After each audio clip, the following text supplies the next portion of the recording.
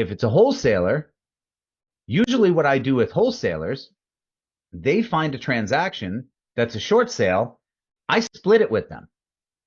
Rather than I'm going to take X as a fee, I would just tell it's a lot more equitable. Does that make sense? It's a lot easier to tell somebody straight up, if we're going to wholesale this deal together, I'll negotiate the short sale, you find the buyer, we'll JV it that way.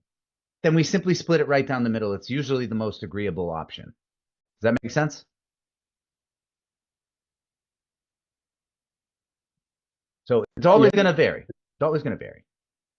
Okay. Yeah, because I kind of just told him like off the bat, since you guys are getting, I guess, 20%, but you bring it to you guys, and then it'd be like a 40-40 split.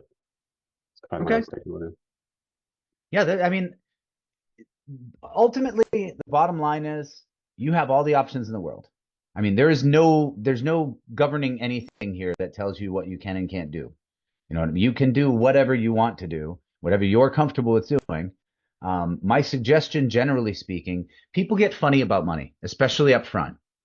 So it's it's usually amicable to have the discussions before putting things on paper. You know what I mean? And just see where their head's at.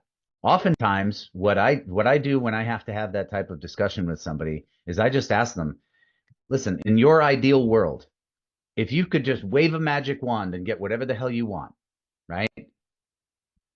And you could dictate what the terms of our business agreement would be, what would that look like to you? You know? And that kind of gives you an idea of where their head's at.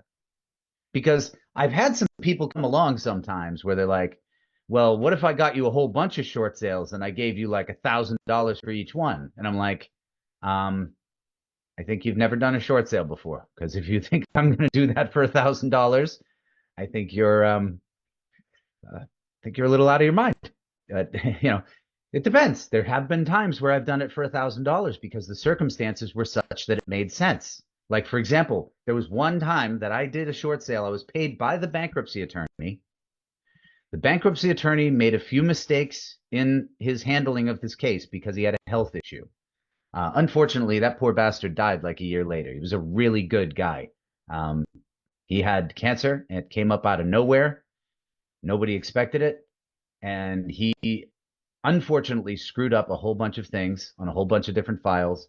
There's one particular short sale that he messed up. He hired me to come in and essentially fix it. And he gave me $1,000. Now, his fee for the bankruptcy in the first place was $2,000. So, you know, ultimately, that did actually make sense for me to do that. And it was worth it for the relationship. It was somebody that I got along with really well. We did a lot of different business